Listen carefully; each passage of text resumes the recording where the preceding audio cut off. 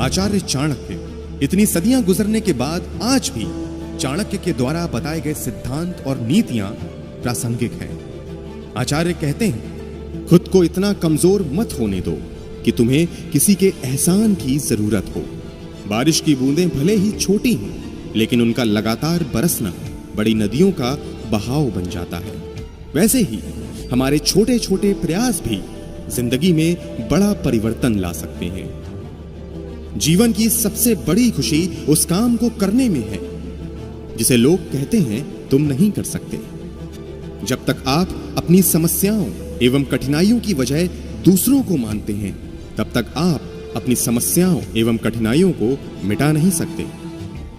उस जगह पे हमेशा खामोश रहना जहां दो कौड़ी के लोग अपनी हैसियत के गुण गाते हैं। जब तक शिक्षा का मकसद नौकरी पाना होगा, तब तक समाज में नौकर ही पैदा होंगे, मालिक नहीं।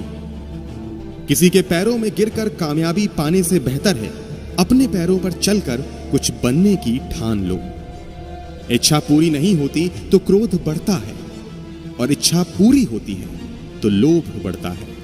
इसलिए जीवन की हर स्थिति को अपने विवेक से देखें। जिस प्रकार एक सूखे पेड़ को यदि आग लगा दी जाए तो वह पूरा जंगल जला देता है, उसी प्रकार एक पापी पुत्र पूरे परिवार को बर्बाद कर देता है। जीवन में ऊंचे उठते समय लोगों से सद्व्यवहार करें, क्योंकि यदि कभी आपको नीचे आना पड़ा तो सामना इन्हीं लोगों से होगा।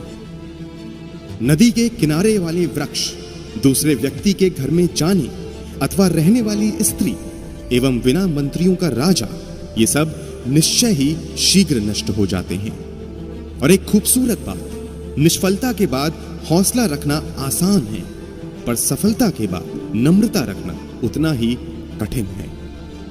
सब कुछ खोने के बाद भी अगर आप में हौसला है तो समझ लीजिए आपने कुछ नहीं खोया। किसी ने क्या खूब कहा है, सफलता पाने का कोई मंत्र नहीं होता, यह तो सिर्फ कड़ी मेहनत और कड़े संघर्ष का नतीजा होता है। पत्नी का वियोग होना, अपने ही लोगों से बेइज्जत होना, बचा हुआ ऋण, दुष्ट राजा की सेवा करना और गरीबी, ये बातें शरीर को बिना अग्नि के ही जला देती हैं। सैकड़ों गुण रहित पुत्रों से अच्छा एक गुड़ी पुत्र है, क्योंकि एक चंद्रमा ही रात्रि के अंधकार को भगाता है। असंख्य तारे ये काम नहीं करते। धनवान व्यक्ति के कई मित्र होते हैं, उसके कई संबंधी भी होते हैं। धनवान को ही आदमी कहा जाता है और पैसे वालों को ही पंडित कहकर नवाजा जाता है।